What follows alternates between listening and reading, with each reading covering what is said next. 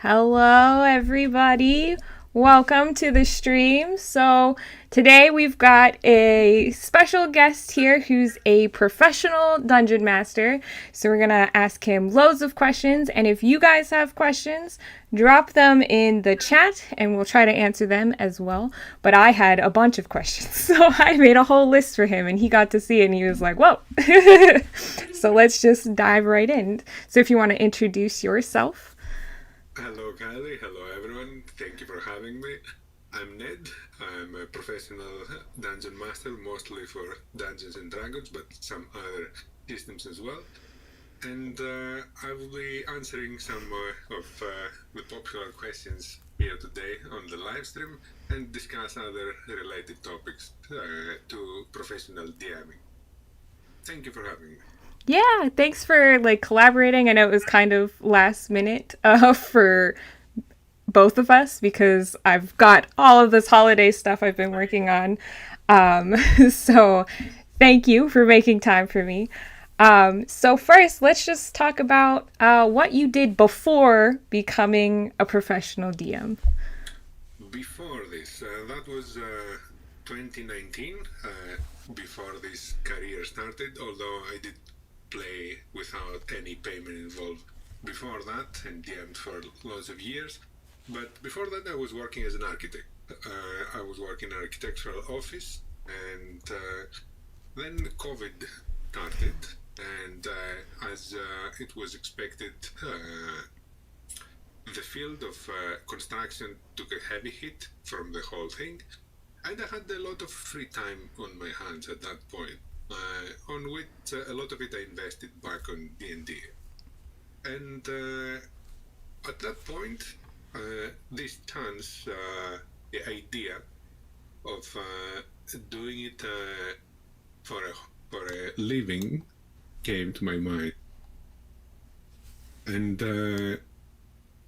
of course, the biggest question on this is when you think about it, like, can it support you for a substantial period of your life? And it is hard to choose, like, when to quit your other, like, stable job So and go into this new and uncertain field. But for me, the choice was very clear after a few games, like after the first two paid games. It was very easy to choose between the two because one was a job that it did pay well, the architect one, but it wasn't something that I woke up every day and really wanted to do. Like, it was okay, it was doable, it had its good and its bad moments, but it wasn't my passion, let's say. Yeah. While D&D was, and the moment I could invest without guilt my working time on it, I was more than happy to keep doing it. I totally understand that. That's exactly the same kind of mentality that happened with me and my journals. So I was making them and I loved making them and I loved making nerdy journals for like Dungeons and Dragons. Exactly. And then I was like, well, I feel guilty. Like I'm not doing my regular job. I'm not putting as much effort into that because this is what I really enjoy. So totally, totally agree there. Yeah. Same sort of mentality happened. So how long have you been a professional DM then? If you said 2019 was when you kind of 2019, I like dipped my toes into it, starting with one game, seeing how it runs, how it is to have players who are paying you to play, like what are the expectations, how is the atmosphere, how different it is from your friendly, like, free game. And the moment I transitioned completely, it was 2020, around spring, I think. At that point, I had quitted my day job officially, and I was running full time as a dungeon master. So it's been almost 2 years. that's exciting. So, when did you know exactly? I mean, you kind of touched on this, but like, at what point, like, what was the turning point that you knew that you wanted to just do, dungeon mastering as a living versus your architect job? Like, at what stage did you just know? Because I feel like everybody Uh, has that. Like, I even have that. Like, I just knew that this is what I wanted to do instead. yes, yes. The stage, it's hard to pinpoint exactly, but I think at some point I started doing running down the numbers, like, and this support me financially. Uh, how, where can it go, or how bad can it be at its worst times? And there was a point where I had more game application, group applications than I had time to facilitate. So at this point, I knew that I can definitely quit my daytime job and fill the rest of my time, because until that point, it was like less than a part-time activity. So I knew that I could fill all my working schedule during the week with games and getting paid for it. Yeah, so kind of figuring out that math and working it out. That's kind of what I did as well. But there was just a point where I was like, my day job doesn't make me happy like this does. And that was when I realized I was like, there's something that's Oh got to yes, yes. change I had here. this from the very beginning. Like I knew that this would make me way more happy than my day job. But there was always the uncertain factor, like how viable it is to go into that field. So it kind of triggered the switch when the demand was that high that I knew I could fill all my working hours per week with game. We do have a question in the chat. So they asked, how do you handle party composition? In other words, all player friends and random players. Like, how do you handle that? Since I'm assuming they come to you kind of, and you don't know them. Maybe you can kind of explain the Yes, process of yes, yes. DMing all these different There groups. the groups are usually divided into two categories: those that come predetermined as a group, and they already know each other. They have already played before most of the times, and they just need someone to run games for them. This is the easiest case. Like you don't have to facilitate at all to get them to know each other because they already know each other. So that is the easiest one. You don't have to do pretty much anything there other than make content for them. And the other one is through various platforms where online random people from all over the world are grouping up and searching for dungeon masters. These have not played with each other before. They do not know anything about each other. So this is a kind of trick. It is hit and miss many times, and for that I usually prepare some player surveys, which they have to fill before starting the campaign.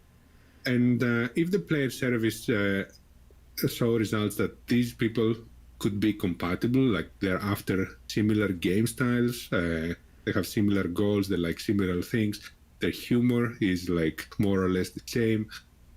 Sometimes age is also an important factor. Like if you put players with vast different ages, Yeah. usually their cultural experiences differ, their humor differs, they have different expectations. So it is easier to have a mismatch there. So it's better to keep ages at somewhat closer, like maybe 20 years gap, not more than that. So that's how I put the party composition in terms of players. I handle them with player service and make sure that they're as close as possible to their preferences related to the game. Okay. And so what was it like getting started? Like the process to actually making money, right? Like who pays you? How do you like go about actually getting, a paycheck from Yeah, DMing? yeah. Uh, Originally, it was privately handled through PayPal.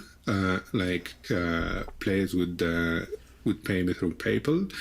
It was a little bit messy, that one, mostly because of how to do my taxes with that. Especially, I live in Greece, and we are not very advanced in that field of like internet I jobs and mean, opportunities. even So even if you were in the United States, it's still complicated. I have someone else do my taxes, so I get you. not even that. Like there was no suitable title or job for me to register in the government's list. Like what I was doing did not exist. Like there was no one had done this before here. So even my accountant did not know how to register me as what. Like in the end, we registered it as a very general, like internet services or something like that, because we're still waiting for something to be officially like, announced. And after that, after the PayPal period, there was I met the people from Start Playing Games. It's a website that has a lot of DMs, mostly professional DMs, but also others, and is hosting games. Not exactly the games itself, but listings of games. There you can find people who want to play, people who want to run games, and many, many different systems, not only D&D. So through that website, you register as a DM if you want to register as a professional DM. You put your profile up on the site, players can read your profile, they can contact you, or they can ask to join one of your listed games. And the payment goes, as the Start Play Games collects payments from the players and keeps a percentage for themselves for their services, and they pay you then through a bank transfer payment at whenever you request it, actually. Since then, it is more organized and less hassle for me to check payments and like who paid, when, etc. And I've kept using Start Playing Games as it was the most successful way to handle this. Okay, that's very good to know. And I think you shared with me a DM profile from there, right? Yes, So yes, that profile from there. gotcha. So there is a link in the description, and you can kind of see both his profile, but also you can probably nose around there if that's something someone's interested in. So how much, if you don't mind me asking, like how much do you make on average? And obviously we'll have to figure this out in kind of US dollars here if you don't have it. Now, this job is a freelancer pretty much. So it starts from making nothing, obviously, at the very Right. start. And when I was doing it as a trial with one or two games, it was not making much, obviously. Then the more slots you fill, the more games you put on your week, the numbers start to increase, and the prices vary a bit on how much each DM charges per game. There is a ceiling, of course, to that, because your week does not have infinite hours. Like realistically, if you want to work like around 8 hours per day, that's like 2 games per day, 2 groups, and you would need preparation times. So realistically, if you're running a variety of games, you could run about 10 games per week without stressing yourself too much. Any more than that is going to be very hard to handle long term. So there's a ceiling on that. Based on the average prices on the market of this market right now, if you're running 10 games per week for a year, you're looking at numbers about 25 to 30,000 US dollars. That's Okay. Of course, if you are successful, you can raise your prices higher. You can look for more, let's say, VIP players that are looking for more specific experiences. You can expand towards live streaming, YouTube, and stuff like that, and have additional revenue from other sources. But just from that, I would say that there is a ceiling around 30, maybe 40,000 per year if you're really good and you have some reasonably high price. All right. Yeah, that's about average here. That's what I was making at my marketing job. So there's that. um, so you mentioned. I lost track. You mentioned. Well, I got distracted by the fact that I was thinking about my marketing job and how like I could have been doing doing DMing instead of the marketing job. That like distracted me. Maybe you should. But yeah, so what do you like most about being a professional DM? The biggest thing I like about this is mainly that I spend my work time happily every day. I'm looking forward to it. There is no day that passes that I feel like, oh, when is my shift going to end? Like, when is this going to be over? Every day is like enjoyable work day for me. That is the biggest by far. And I don't think I can find that easily with other types of jobs. And there are some advantages as well that comes with this job, as well as disadvantages, of course. But the biggest thing is that, like, I'm guilt-free to spend my time on something that I like, and it can support my living. Yeah, that's the best feeling when you want to go to work, like you want to wake up and Exactly. and do what you're You doing. wake up and you want to go to work. That's not something many people can say. Yeah, exactly. And that's also why I love what I do as well. As I want to get up in the morning. I did have at one point a job that I absolutely hated and dreaded going to work, and I'm so glad I never have to do that again. Yeah. So you were talking about how many the cap, there's a cap to how many games you could run in a week. So how many do you typically run yourself? I aim for the 10 games per week to feel like a 5-day slot. And there's always the 6th day is not actually free because you have to prepare for those 10 games. So I try to spend full day preparing for those games, then run those 10 games, and then have the last day free for myself for other activities. Because I like spending time on D&D, but I have to spend some free time on other stuff as But well. you think with family or friends? Yes. Yeah. All right. And for someone who, is a player who, the hobby is free for them, why do players come to you and want to pay you to run their game? That's a common question. Like many older players ask, like, why should I pay for this? I used to play for years for free. The biggest advantage with paying for those games is commitment. Like free games, you find someone to DM for you for free. It is very likely that they're gonna have changes in their life.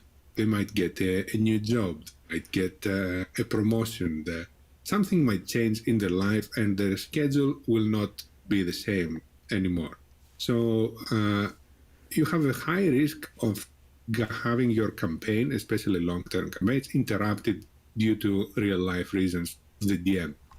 But by having a DM who is doing that for a living, your most constant thing in your weekly life is your job. Most people will go to their job daily and do their job. Their free time will fluctuate. Doing this and that might change. But their job, they're going to try to do it every day. So you have the most possible commitment you can get from a DM. And you know that person, not only his livelihood depends on it, so he's probably going to try to do some good work at it, but they like doing it. You do not become professional DM if you do not like doing this. Like if at any point as a DM you thought that preparation for a game is boring and you don't want to do Yeah. it, it's definitely not a job for you. Yeah, definitely. It's for the other kind that get enthusiastic and they love preparing and creating content. So people who want stability, commitment from the DM, and they want to reduce a lot of random factors that could cancel their game, they would pay for that privilege. So do you have a bunch of like regular customers or regular players that you DM for every week, or is it mostly like one shots that you do, or like what does a week look like for you? Mostly, I run long-term campaigns. I have players who are playing over a year, groups who are playing over a year. They're week after week. And they were not those people were not groups. They met online and now they have become friends. They meet every week and they've been playing for quite long. I'm aiming for long time from long-term games, mostly because in those games I have more chances to develop characters, situations, campaigns, etc. On the one shot, you don't get to do much. It feels too short to experience D&D. Yeah, it's good for like getting your feet wet if you're new, if you've never Yes, played. yes. But I agree. Like I liked having a full campaign where you can kind of drip in tiny details throughout for multiple sessions as small clues for players. That's the part that I'm like I love the most, or pulling random Exactly. things from backstory or things like that. So totally And agree. also on that, like on the one side, you have so little time to get to know that random online player that you meet. You don't know what they like, you don't know how they behave, what they expect, what kind of role play they do, their game preferences. While in a long-term campaign, you have time to learn everything about them and customize things and make the game suitable for those players. In the shorter term games, you are very, very restricted. Right. Definitely true. So what kinds of players then usually prefer the paid games? Like, is there a certain age bracket that prefer it? Is there, a certain demographic? Is it, younger kids who want to have that paid game? Like, There's definitely an age bracket, like younger audiences who do not have financial means to pay obviously will not choose those games. And even if they do have the means to pay, usually younger audiences, they're not very certain of what they like, they want to do. So they want to experiment. They see the game in a way less serious tone.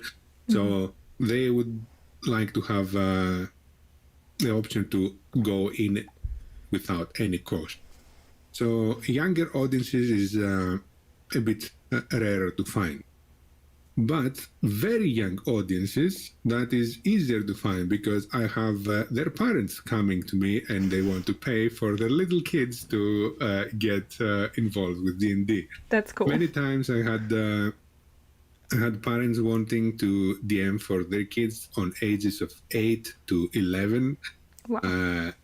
And they wanted also to play with their kids at the same time, like a family game, or with like cousins of similar age. So very young ages, people want to pay someone professional that knows what they're doing, and they know they will be more responsible and more professional at it than someone who is doing it free because he just likes to. And on the other side, we have a lot of players ages 25 plus when you still have you get like your life a little bit organized. You have a regular job, you have some free time that you can invest. Possibly you have outlived the party life, like that goes Possibly. from 20 to Not everybody. possibly, yeah, from 20 to 25, which is not a bad thing, but the party life and those stages are do not favor stability and commitment. So it is unlikely for people on that ages that live that kind of lifestyle to commit daily on a schedule like that. And the ages go up to, I had players over 60 years old, not too many, because at that age right now, you didn't get involved with the internet culture at your younger years like we did. So they had a little bit of troubles with technology, let's say, but they did want to play. Like they had all their physical copies and they were taking like physical notes, writing with pen and paper. And you could see their will to play and their desire to play. But technology is a little bit of a problem for them that kind of scares them away. Yeah, I could see that. Mostly, I'd say 25 to 40 is the biggest demographic of players who prefer paid games. Okay. We do have a question in the chat. It says, do your players choose the setting style of play, or do you set that in advance and then they join that? That depends on the group style. If it is a predetermined group, they can choose whatever they want to play. If it is random players, I set up listings on the side. Like there is a listing, let's say, for Curse of Strahd. There is a listing for the Lost Mine of Pandelver. There is a listing for a homebrew campaign. And the people who join that listing, they have seen the setting. They probably like it since they joined, and kind of they agreed to play on that. Gotcha. Okay. And here's another kind of common question. How can two pro DMs charge so differently for the same type of game? So you mentioned like Curse of Strahd. I'm sure if you go on the platform, you can see two different prices for the same module. Yes. Pricing is very... there are no standards on pricing yet, at least. So people can charge pretty much whatever they want for this. Of course, there is demand and supply, and there are comparisons. Usually, the price goes by the DM's demand and popularity. Like someone who has their schedule full could potentially increase a little bit their prices to find the spot between demand and his time supply. And of course, there are some DMs who have like a lot of background. Maybe they have their professional voice actors, or they have finished some kind of theatrical studies. So they have assets that they feel they can charge more based on those. Or there are other DMs who run a lot fancier games. Like it might be the same game, Curse of Strahd, but with like a very up-to-date foundry, for example, tabletop with a lot of up-to-date modules and features, all kinds of extra stuff. So it's mostly up to the popularity, the demand for that specific DM, and the content they provide.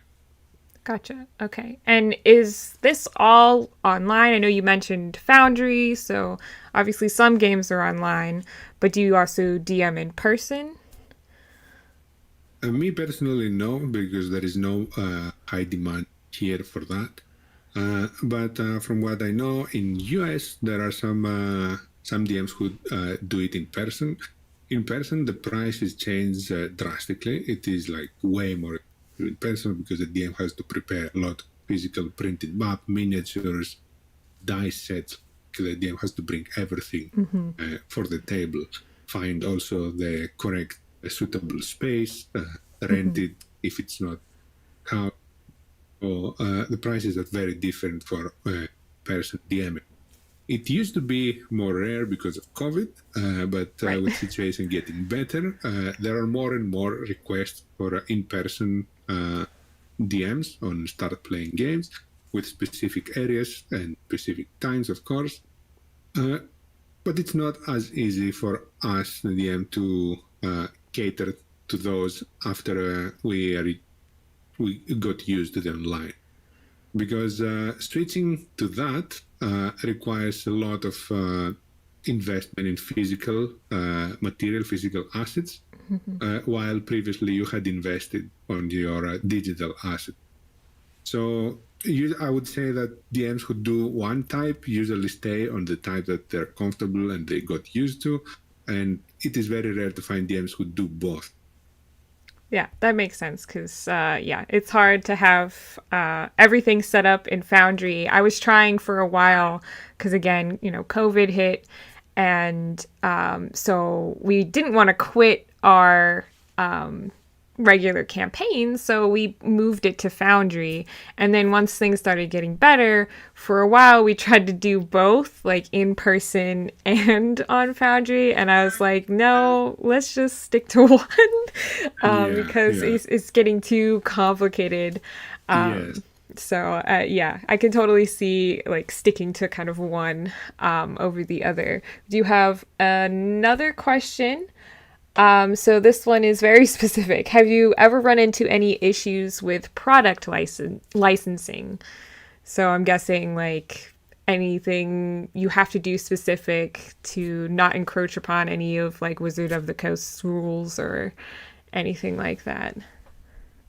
No, so far there hasn't been any issue. The products of Wizards of the Coast, they do not have any limitation on this type of job. They do not need license for me to run them. I'm not getting paid for providing the Wizards of the Coast material. I'm getting paid for in a very simplified term, for a theatrical performance based on that. I'm providing kind of a service. So Gotcha. It is not requiring any licensing for this type of.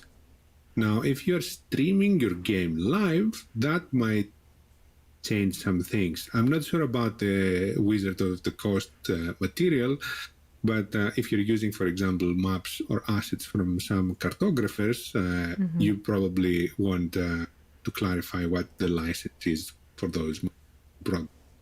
But I haven't done any live streaming yet. I'm planning to at some point, and I will be tackling those difficulties in the future. Yeah, definitely. I know like music licensing is another thing too. You have to be careful with that if you're doing that on stream. Yes, especially on Twitch, and on YouTube as well. Yeah. Any copyrighted music will have problems.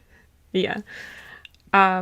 So is this so running a game, is it a fee per session or is it something, per hour, per adventure? You said you have long form campaigns. Like what do you charge, I guess, for your time? Usually like 99% of the time it is a fee per session per player that start playing games. It's handling individually, it's charging each player at the start of a session the appropriate fee.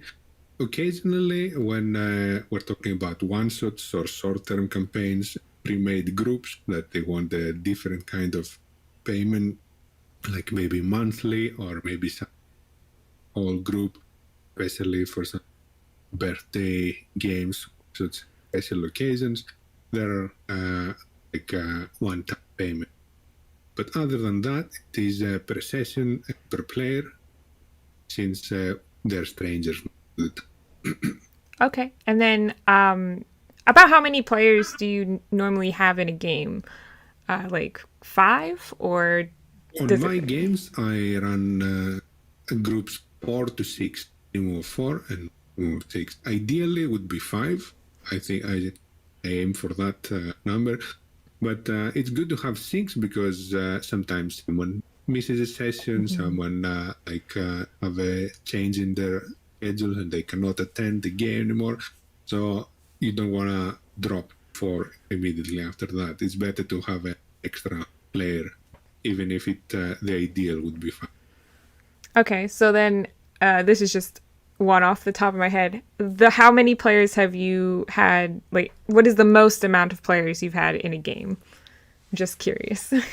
Always 6. Always 6. Always 6. I don't go over 6. I did on a non-paid game just to test it. I went to 8, and it wasn't complete chaos, but it was very close to that. Like it was very hard to allocate the appropriate amount of time for each player to enjoy the session with 8 players. And of course, if you increase the amount of running time, like you go to, my sessions usually are 4 hours long. If you go to maybe 5 or maybe 6 hours, maybe you can accommodate for more than 6 players. But with a 4-hour session, I feel that 6 is as much as that time slot can handle. All right. So we've talked about, you as a DM. So what modules as a DM do you like to do? Like official ones, or do you prefer, home brewing everything? When it comes to modules, I usually run beginner modules for people who are new to D&D, and I don't want to overwhelm them with a lot of homebrew custom-made things, because they just got involved with the hobby. They're trying to learn the rules, and if you try to tell them, oh, okay, ignore those rules, I have new rules for you, they're going to get even more confused. Right. So I always go with beginner modules like Lost Mine of a Delver, one of my favorites for newer and beginner players.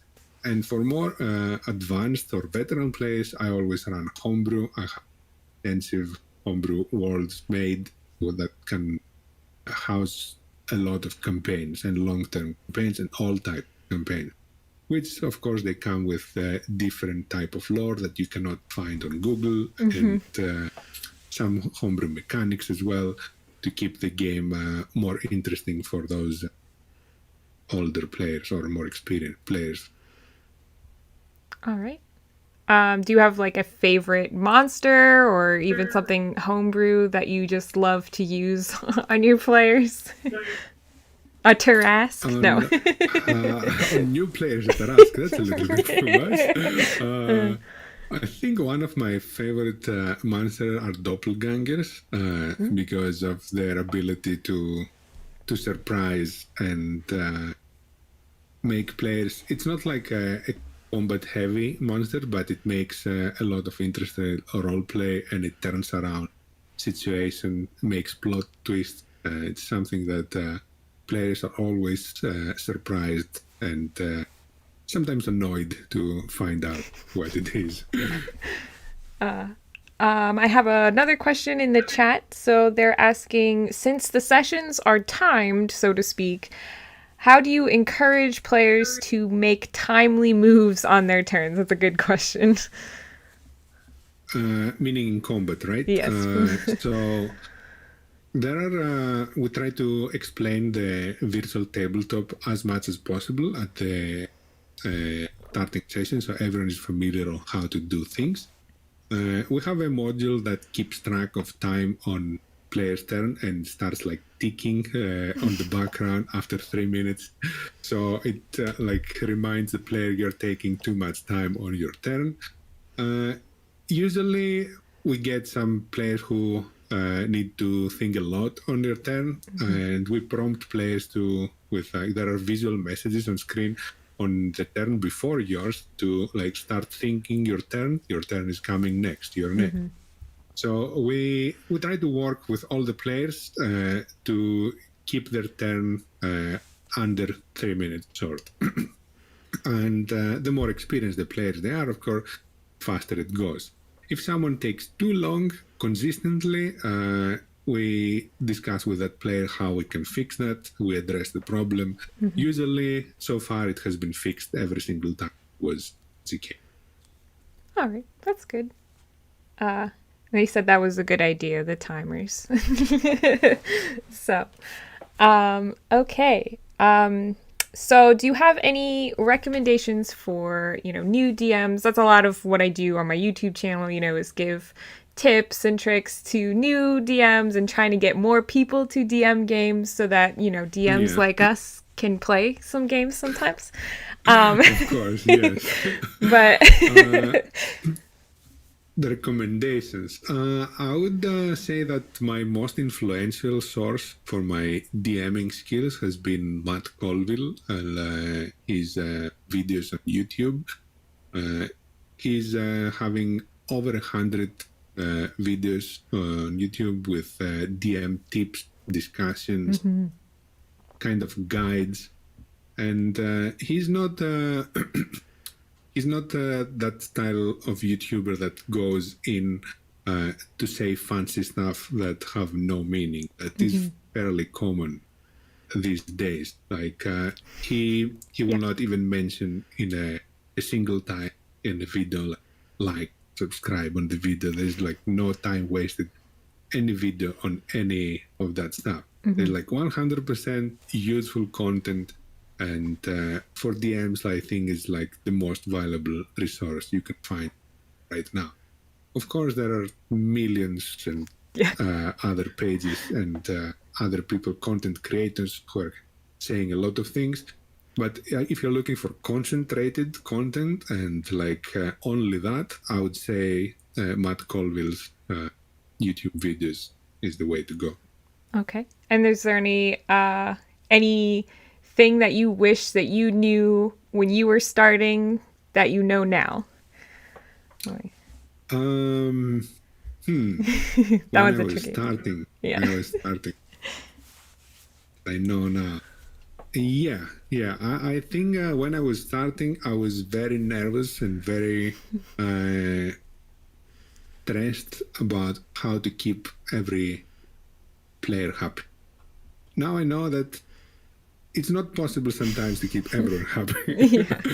Like there are decisions made by players that will eventually dissatisfy or be disapproved by other players. And it's not the DM's fault. Like you don't have to meditate for every single thing and mediate, for every single thing and fix every single in-group problem. Some of them are like very temporary and fade away on their own. So I used to stress and get nervous a lot about that at the beginning of my professional DMing career, because I was going with the quote that I want the customer to be happy.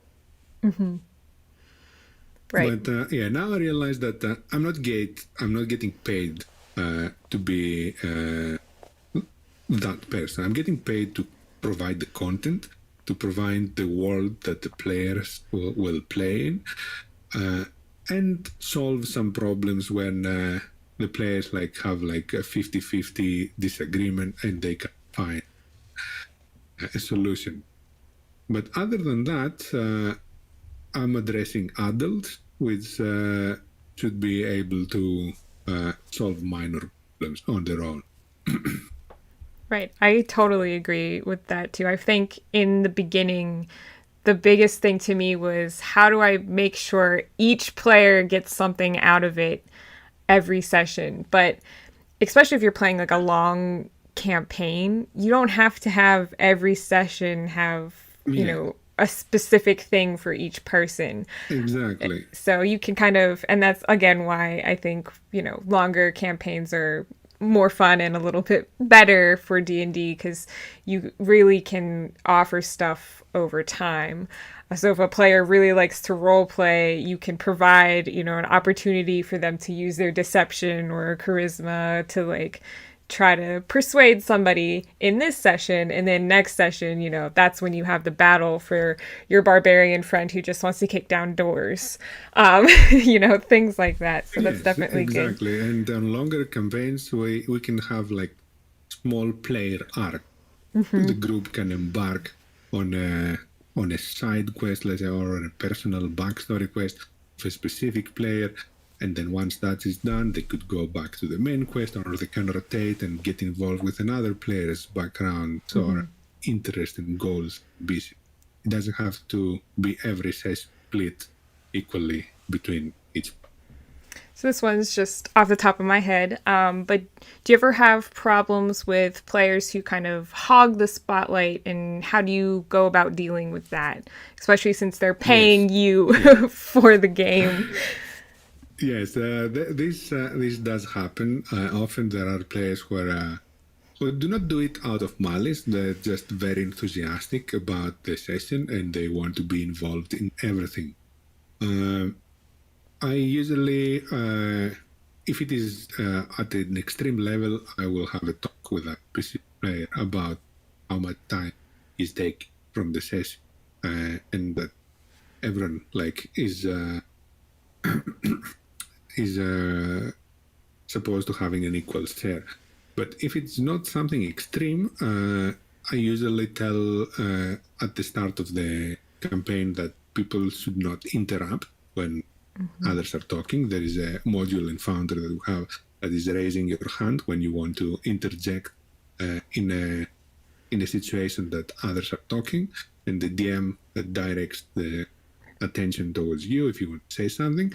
So with that, when that is respected, I personally engage the other players instead of that player who is hogging the spotlight. So when he's hogging the spotlight on his own, then I redirect the spotlight to other players and he's not interrupting. That's good. Yeah, because I know that's one of the questions I get a lot, actually. I had a whole video on it on my channel about it, and I still get questions. It's like 6, 8 months old, this video, and I'm still getting questions about that. The So more difficult matter on that is the quiet players. that is Those true. that they for some reason, for one or another reason, they do not interact on their own at all. And of course, the first thing you think to do is interact with them as a DM, like take NPCs that would talk to them and stuff like that. But even in that case, if they're very adamant about not interacting, they could give you very dismissive short replies and answers that do not offer much to the Yeah. continuation of the dialogue. So that is a bigger problem in general than the person who is hogging the spotlight. But luckily, there are not too many of players that the quiet. Yeah, I feel like you kind of know that you're getting into D&D to role play. Like that's the big thing. So they And are. they're also more problematic, let's say, for the DM because it always stresses you. It makes the DM thinking that that person is not enjoying the Yeah. session because they're not saying anything. So it always puts some worry in the back of your mind, even if it is just their personality to be like. I find because there is one such player who's more quiet than the rest of the people in my group, and I find I finally figured out what they come to the table for, and it's not really that role playing aspect. So I think providing them with the thing that they want to do. Like they like to investigate and do the dungeon crawling more than anything else, and they tend to want to be up in the front. So I think you have to also kind of look at that player and be like, well, what are they really here for? If it's not for this, then maybe they really are into something else, and then try to provide that for the player. But yeah, Yes, it's very hard because you almost have to read their minds sometimes to figure this exactly, out. exactly. And when you're playing with strangers that you've never met before in your life, even when you ask them if they're having fun, if everything is okay, and they tell you yes, like you're not certain if that's the truth or if they're just being polite. Yep. We have a couple more questions. This one is just a silly question. Have either of you ever been in a real dungeon or seen a real dragon? Does a kimono dragon count? I've been in a real dungeon. I haven't seen a real dragon. Sorry. And then here's another question. Do you just host professional one shots or do you also, oh, this one we kind of answered. Or do you also host longer campaigns? And you said you kind of do a mix of both, but mostly. Mostly longer campaigns. Once is very rarely, usually for beginner players or to teach very very new players how D&D is played, or some special events like birthday one. So And And you mentioned you have a limit on your sessions to about like 10 sessions a week, roughly. Yes. So, okay. Then, last question. We have like 10 minutes left, so like don't go overboard. What are your Okay. thoughts on one D&D? Oh boy. Oh boy. Okay. Okay. There is a lot. There are a lot of thoughts on that. One D&D, a very hot topic Yes, lately, and it's gonna be the future of D&D, like whether we like it or not. true. And it's taking a direction that is very guided towards new players. I think like everything they're making, everything they're putting their effort to, is towards drawing more people into the hobby. And I would even Now, argue that they started doing that with 5e. You know, that's why yes, there's so yes, many people in the hobby now, is because they made 5e rules easier. Still hard, but yeah. easier. And that made it Now easier for they're players. simplifying things very much, and they're creating what they call it, like no edition, but it is kind of like the next edition, the one D&D. And from the playtest material that I've seen so far, there are more things that I don't like than the things that I like. From the DM's perspective, of course. From a player's perspective, I would say the opposite. I would say it's better. But from a DM's perspective, everything that I've seen, they do not solve any of the problems that we're currently DM. Like one of the biggest problems you will face as a DM at any point of your games is encounter balance. For Yeah. uh, after the first 1 to maybe 3 levels, where like their formula for encounter balance kind of works, after that, like it's total nonsense. There is, even if you go strictly by whatever they provide you at the Dungeon Master Guide, you can go like from a super easy encounter to a super deadly encounter, and you wouldn't know what made the difference. It has been the bane of DMs. It has been like the reason people fudge rolls, and many fights feel either super boring or impossible, even though they were not intended to be either. So encounter balance is a big problem for DMs, but it's not being addressed at all. Like instead of that, we're getting like a new race that we have. I don't know how many. I've lost track. Do we really need a new race? Like, are people bored of races? Like, people homebrew their own races now, but people do not homebrew their own encounter balanced formulas. That's impossible. That's what we want Wizards of the Coast to do for us. Making a new race is something like anyone of the community can do as well. And they're simplifying things. Also, we can simplify.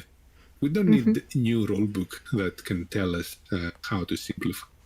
Yeah, because they We just, even, like with some of the classes, instead of all of those different types of elven like lineages, you now have like just like one sentence about each yeah, one. bye-bye sub-races. Yeah. There are no sub-races of elves anymore. No. Dwarves, poor No. dwarves, do not have any No. sub-races at all. Not even the one sentence that you No. mentioned that the elves get.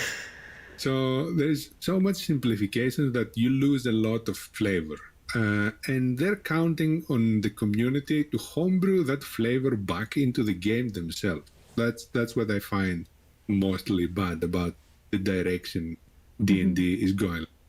They're providing us with simpler rules, and they're counting on us to create the flavor of the content. And that's more work for the DM, of course. On the other hand, as a professional DM, I know that this change will bring more players and more customers to me. So it is a good thing financially. But yeah, and also the new online virtual tabletop. Yeah.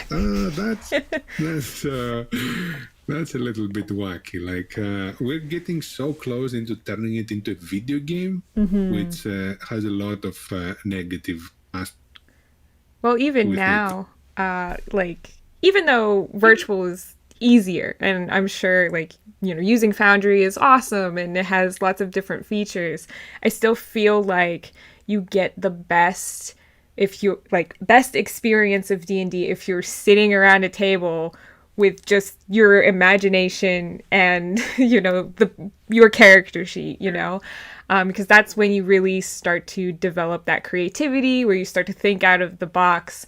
When you start handing people, images and here's what the room looks like, that creativity gets a little smaller. They stop imagining all the different aspects because you're providing that for them. Exactly. Yeah. So But the thing that the VTTs provide that I cannot go back to the table experience for me is line of sight. Like how they can calculate like very perfectly line of sight, which was impossible to do with your imagination before. Like it is like simply impossible. Then the ease of putting audio into your game, like yes, sound effects, doors opening, something creaking. there's Like before some that, you have to like I don't know. I'm thinking 10 years ago now. Like you have to download MP3s on your phone, yeah. and like start looking and Or browsing through even them before while. that, you just had to make those with your mouth, Like, how do you. Yeah, and some are pretty impossible Yeah. later on. So those things, I think that the biggest reason why I think VTT currently is like more preferable for me than the table experience. Ideally, I would have a large screen on the table, everyone around the table, and play with that. I've Like had that. this TV. It's like a TV built into a tabletop Yes, on yes, Etsy. yes, I've had it saved on my wish list for like 2 years. yes.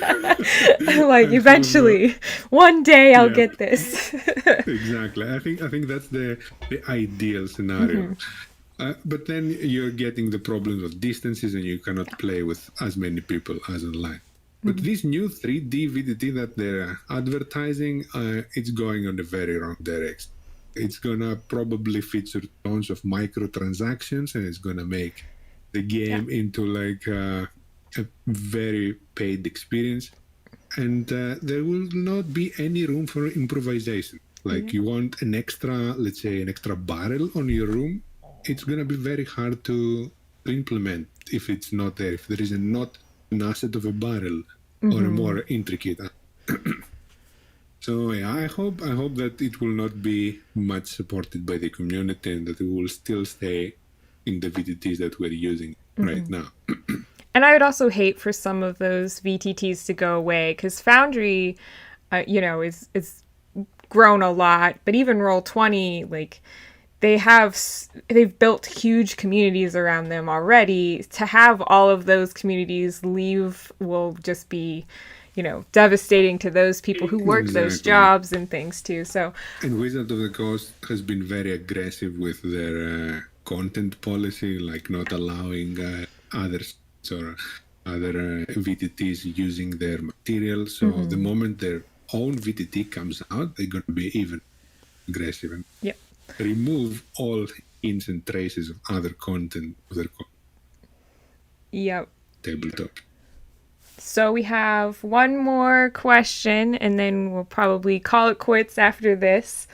Okay. So they asked, what tips do you have for introducing new players? Or, I'm sorry, let me start over. Okay. What tips do you have for introducing players to a new world they don't know at all without confusing them? For example, what if it was a homebrew world? Like, how do you introduce that player to this new environment that they've never heard of? You start small, always. You start small, you start with their environment, their starting area where the players will start. You do not go very deep into the lore from the get-go.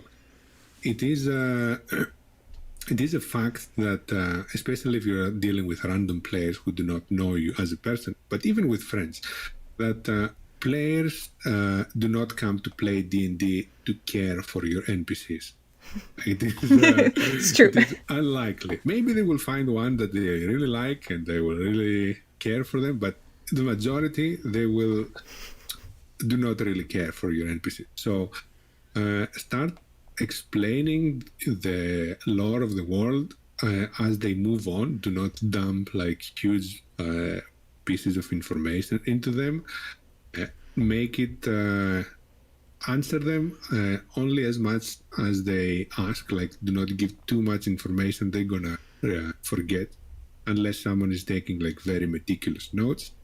And the most useful way that I've tested is integrating it with their back.